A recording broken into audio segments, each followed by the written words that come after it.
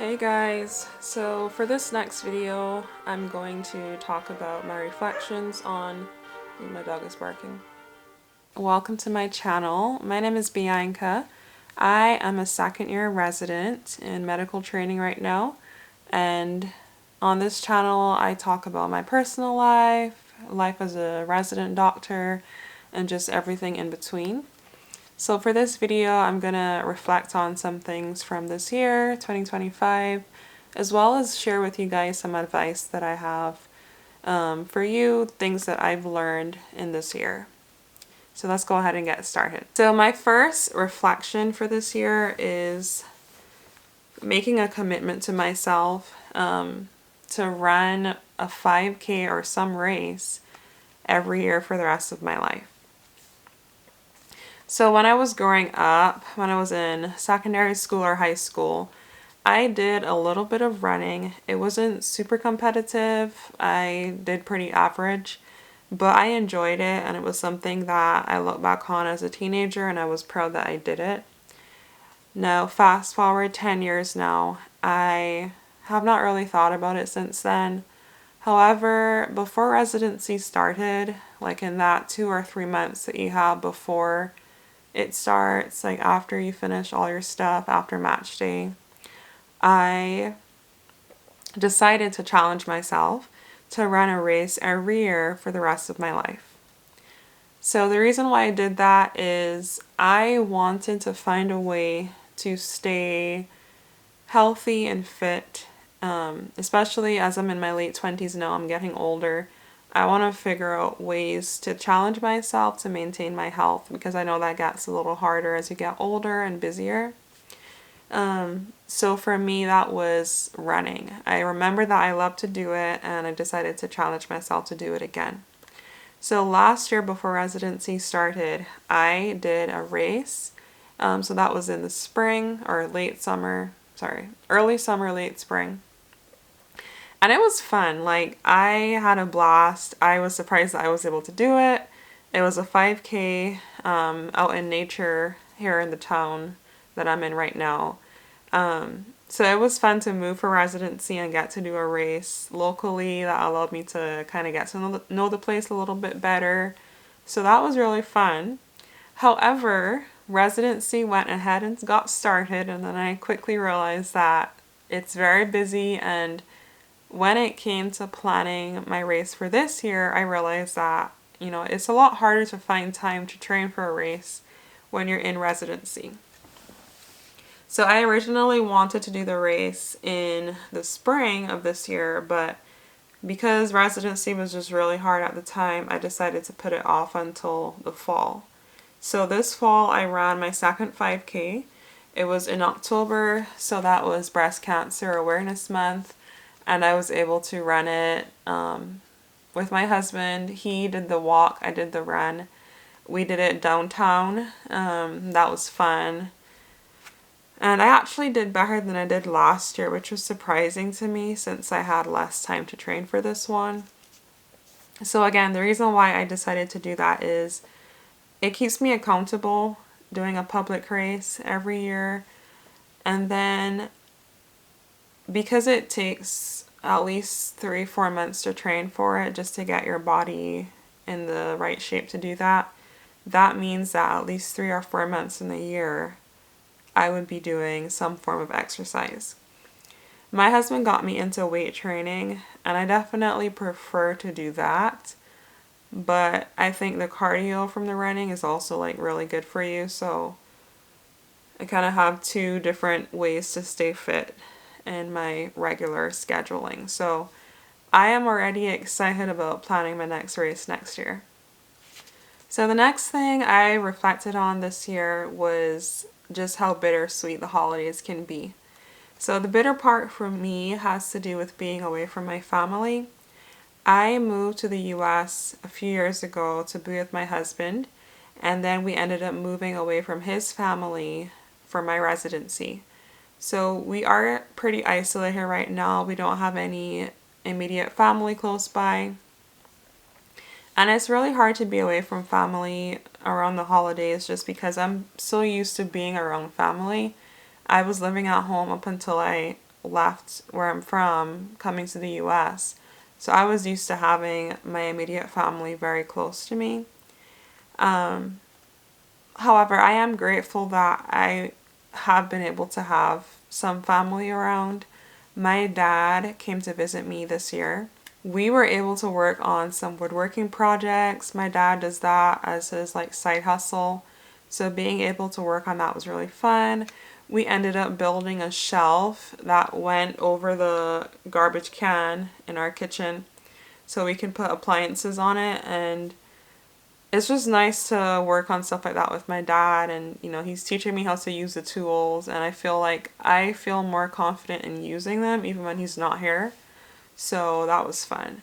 We also went to another state. So we drove to another state and we were able to see some really cool historic sites. So that was fun.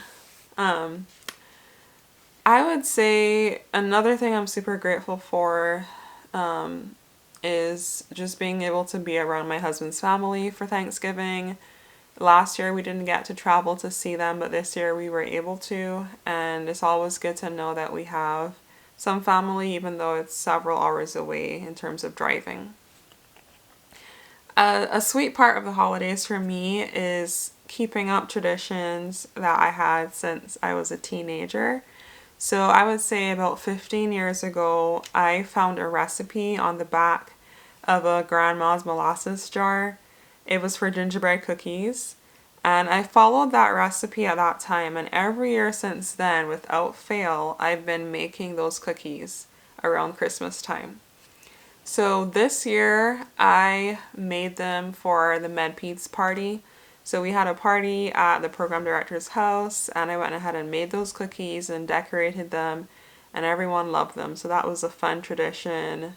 I'm not with my family anymore, so I'm not able to do that for them, but I was able to kind of change that tradition a little bit, but still do it and share it with other people.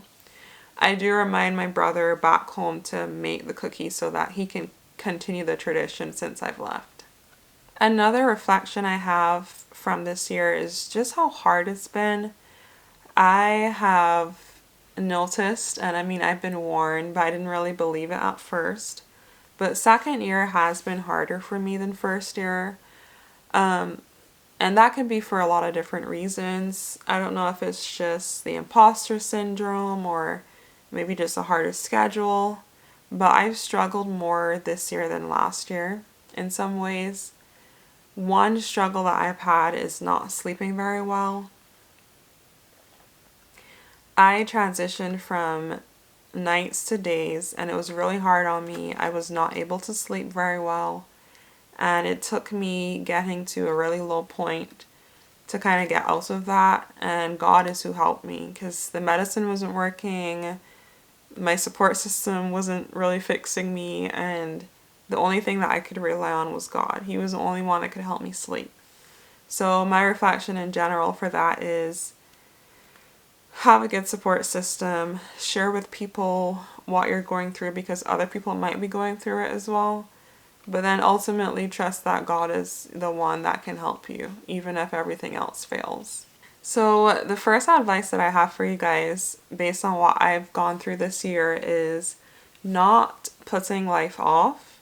If you have a dream, instead of letting it be a dream that you have, something that you really want to do in the future, figure out a way to start living that dream now. For example, I always wanted to own horses. I always wanted to ride horses. I did not grow up around horses. I did not grow up going to a pony club. My parents just didn't have the means to afford that. But, I've been working so hard as a doctor, as a medical student, with that goal in mind down the road. And it just occurred to me this year, like, I might not be able to go buy a horse right now, but I can do horse riding lessons. Like, I can afford that because I'm working. So I decided to just go ahead and start doing that. All I'm saying is, if you have a dream, figure out a small way that you can enjoy that dream and not put life off. Another example I have is I love the idea of owning a farm, of producing my own fruits, vegetables, eggs, stuff like that. And I don't have the means to do that right now. I have a tiny backyard. You know, we live in the city. But there are ways that I can live that dream now. So the way that I do that is I go to the farmer's market and I buy those fresh things and I enjoy them.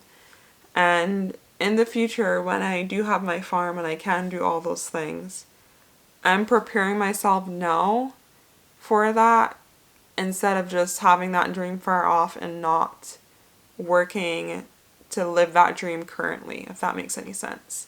So my advice is don't put life off, start small, live your dreams now. Another piece of advice that I have is live in the moment. So when we first got our dog, one of my advisors said, that's a good idea, because she said, dogs help you live in the moment. And my dog Jett definitely helps me do that.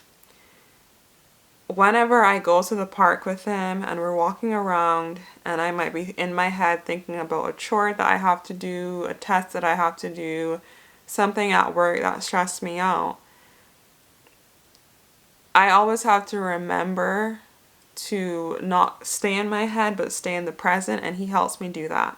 So instead of kind of just going over things in my head, I look at him and I look at how he's looking around, how his ears are paying attention to what's around him, what he's sniffing at.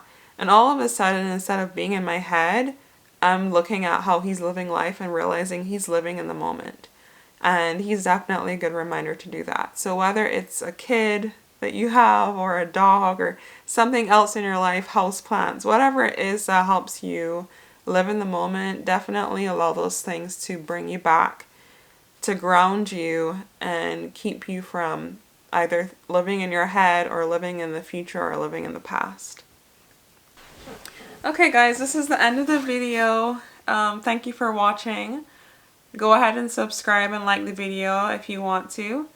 Leave me a comment and tell me something that you've reflected on this year, something that you've learned, any advice that you have.